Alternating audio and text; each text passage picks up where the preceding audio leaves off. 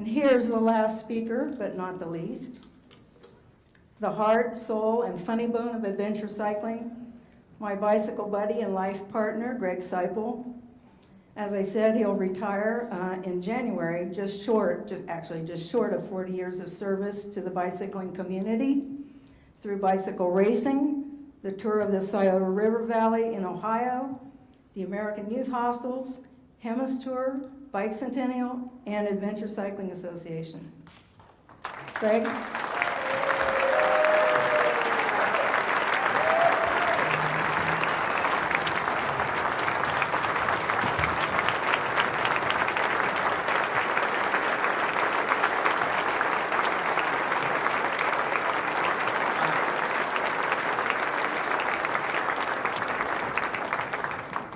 Well, I wish my father was here so he could hear that reception, and I'm glad that my son is. In recent years, when new staff come on board, part of their orientation, I sit down with them in the conference room and I give them a history, kind of a history lecture of the organization. And I take them right back to the beginning. And I follow that thread to today. And what's remarkable, I learned that this story is remarkable as I told this story again and again. And I began to see, too, that it's remarkable that we're here at all, because this thread has been very delicate. And there were points along this history where we could have just as easily, the thread could have broken and we wouldn't be here. So I'm going to highlight a few of those moments. This is my father, and when he was a teenager in Pittsburgh, Pennsylvania, Pittsburgh. I didn't realize it was still here. But my father, his mother really encouraged him to go out and see things and do things. And he was growing up during the Depression, and he probably had some encouragement from his mother to go downtown and see this bicycle race thing. And she would sometimes write notes for him so he could get out of school, just so he could go and do something. So he went to this 6-day bike race, and for some reason, and I don't know why, he was entranced. He was excited by this bicycle race. And why, I don't know. And what if he'd gone to this race and it just didn't get him? What if instead he went to, let's say, a sunflower growing seminar?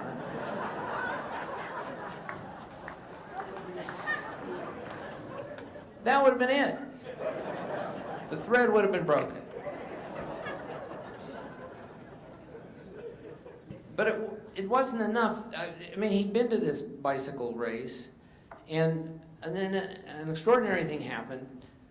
He didn't know anything about bicycling other than what he saw in the race. And he was on the streetcar going home one day, and he saw a bicycle parked in front of a drugstore that was very much like the bikes he saw in the race. And he got off the streetcar to look at this bike, and the guy who owned it came running out of this drugstore ready to punch my father out, thinking he was going to steal the bike. But this was Chick Milstein, and Chick Milstein was a part of a little group, the Pittsburgh Wheelmen, and he was able to draw my father into bicycles. So he was no longer just a spade. What if he hadn't gone to the drugstore that day? What if Dad had taken a different streetcar? I don't know. Dad would have been just a spectator.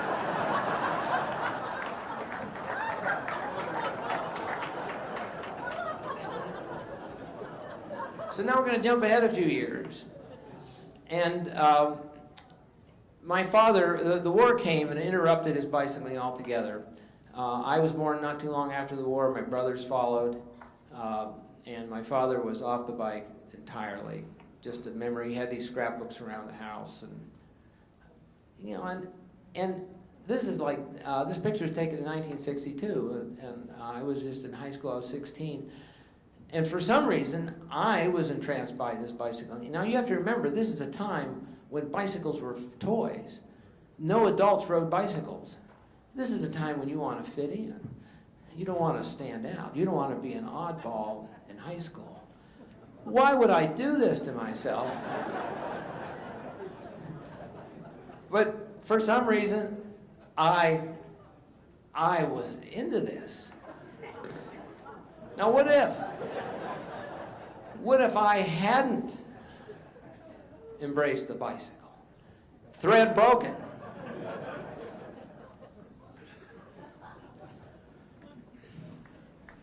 And it was about this time that I met Dan Burden. Now, Dan Burden had already found his way into the American youth hostels. And I was impressed by this energetic guy. And it was like he was always being pushed by a tailwind.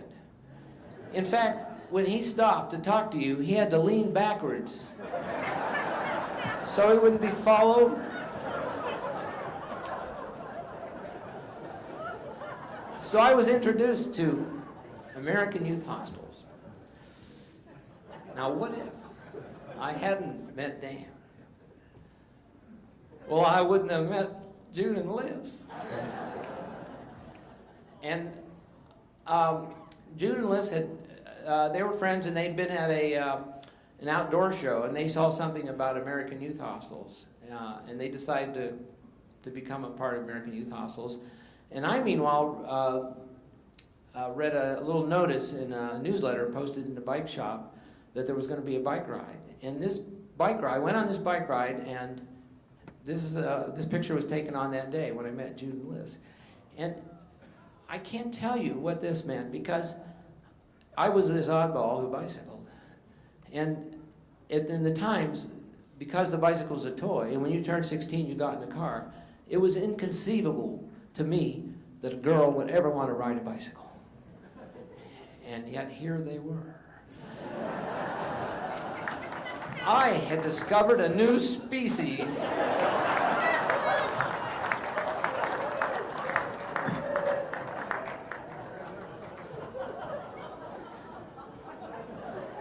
Now what if June and Liz hadn't been there, or there weren't any girls that bicycled?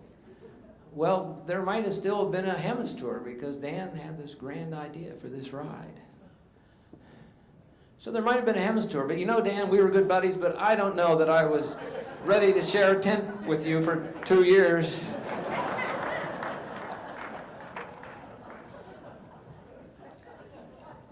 Now, my father and I, in 1962, rode from Columbus, Ohio to Portsmouth, Ohio, 100 miles south, 100 miles back the next day, and it became the tour of this Scioto River Valley. But that first year, there was just the two of us.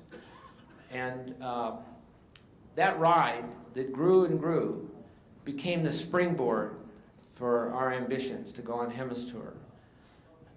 And the only reason that the tour grew and prospered was because of Charlie Pace, our life member number one.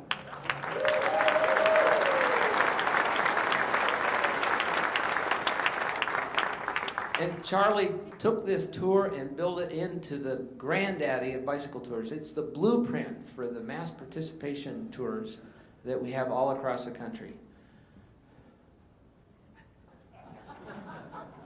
What if Charlie hadn't have done this? This would have been it.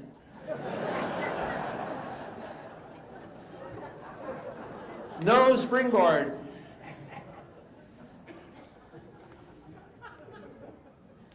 Now, another very important thing for the success of Bikecentennial was this article that we had in National Geographic. It gave us real credibility, and we knew that when we set out to write Hemis Tour, we had to reach many people with this message about bicycle touring, because if we did it in a void, it would mean nothing. So Dan suggested that we need to go shoot for the stars. We're going to get an article in National Geographic. And it's a whole story in itself, how that came to be. And that article gave us real credibility, and it affected so many people. It went into 8 million American homes, many times the first look Americans had of serious bicycle touring. What if Dan didn't have that ambition, that drive? If he wasn't shooting for the stars, well, we probably would have had an article published.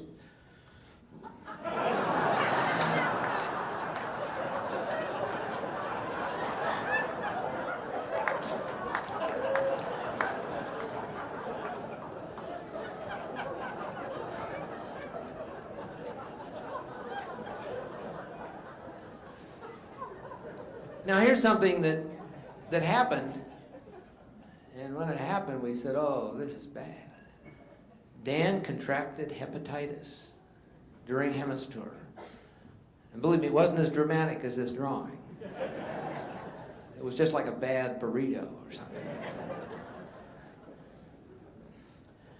But it was very troubling because Dan and Liz were essentially knocked out of Hemis tour. And this is our dream, the thing that we wanted to do so badly, and that it was a quest. We were on a quest.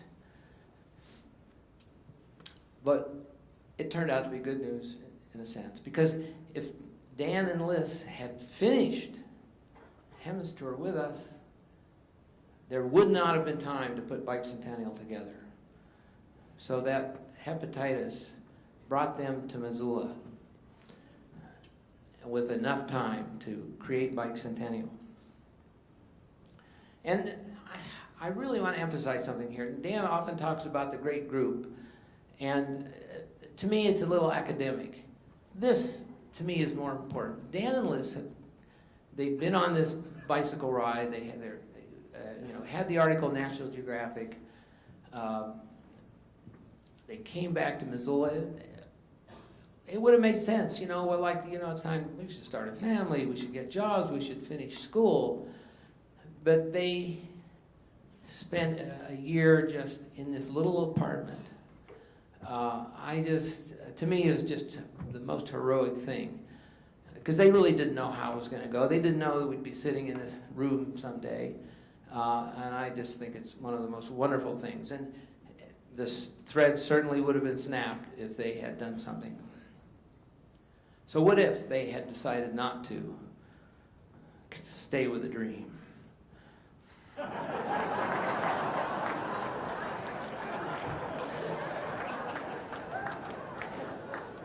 I'm speculating here. I don't know.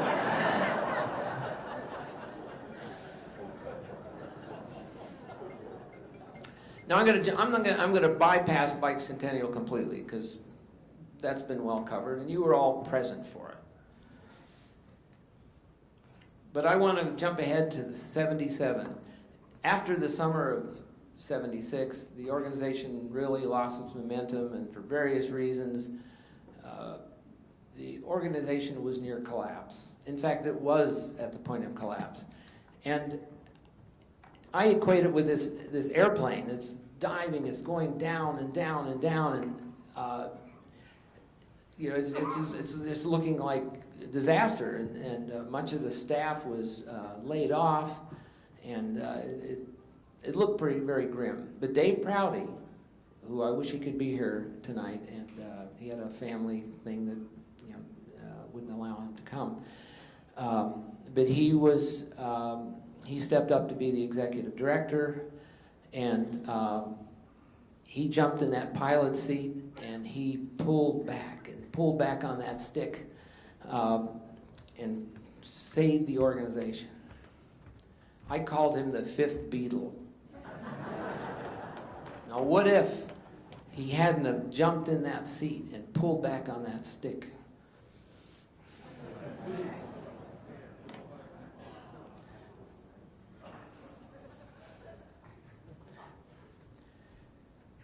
And if any of these things, and there are other what-ifs along the way, if any of those things had happened, I want to show you what things would look like today.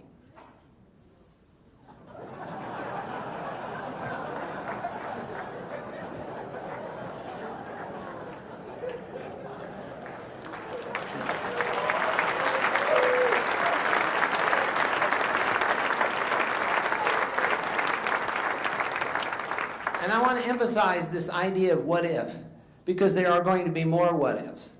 And who knows, somebody in this room is going to be tied into one of those what ifs.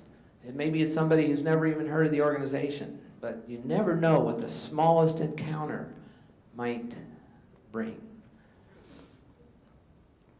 Now here's Jim. This a picture taken not too long after he was hired. And Jim, in 2005, saw a notice in the back of a nonprofit journal and saw the job offering here. Now, it's too soon to make this a what if.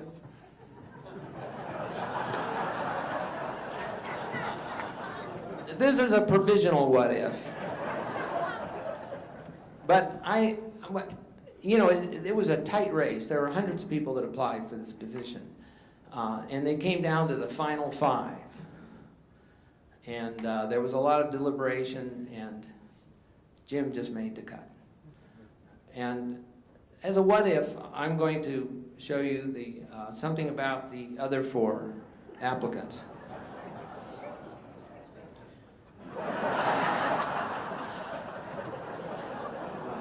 Yeah, this is George Heldecker, and he was with the New Jersey Triathlon Association. He had just come from the Ironman for his interview. This is Mary McNair. She ran a spoke factory.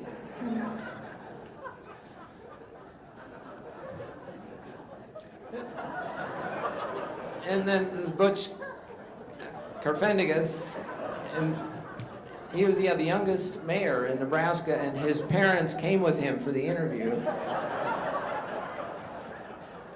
Finally, Brenda Smith.